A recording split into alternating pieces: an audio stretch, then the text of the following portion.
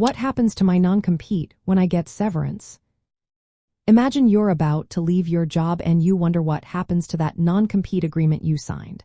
It's a common question and can be pretty confusing. When you get severance pay from your employer, the rules about your non-compete agreement depend on a few key points.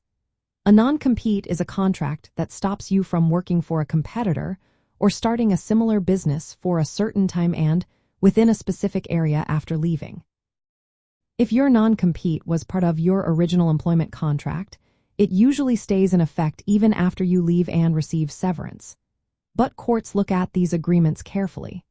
They check if the restrictions are reasonable in how long they last, how far they reach geographically, and whether they protect legitimate business interests. If the restrictions are too broad or unfair, a court might refuse to enforce the non-compete.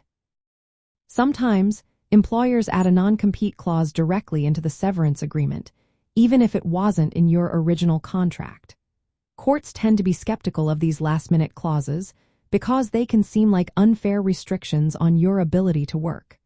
To make these enforceable, employers often need to offer extra compensation during the restricted period. Recent laws have started to limit the use of non-compete agreements altogether. For example, in 2024, a federal rule was introduced that broadly bans most post-employment non-compete clauses, including those in severance agreements, for many workers. The goal is to give employees more freedom to find new jobs after leaving. However, some exceptions exist, like when someone is selling a business.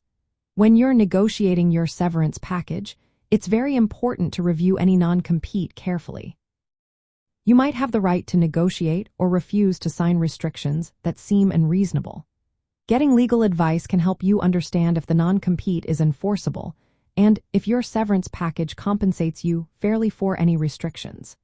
In most cases, your non-compete stays in effect when you receive severance unless it is found to be unreasonable or is prohibited by recent laws.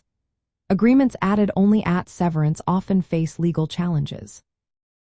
Laws are increasingly limiting these agreements to protect your ability to work freely. Knowing this can help you negotiate better terms and protect your future employment options.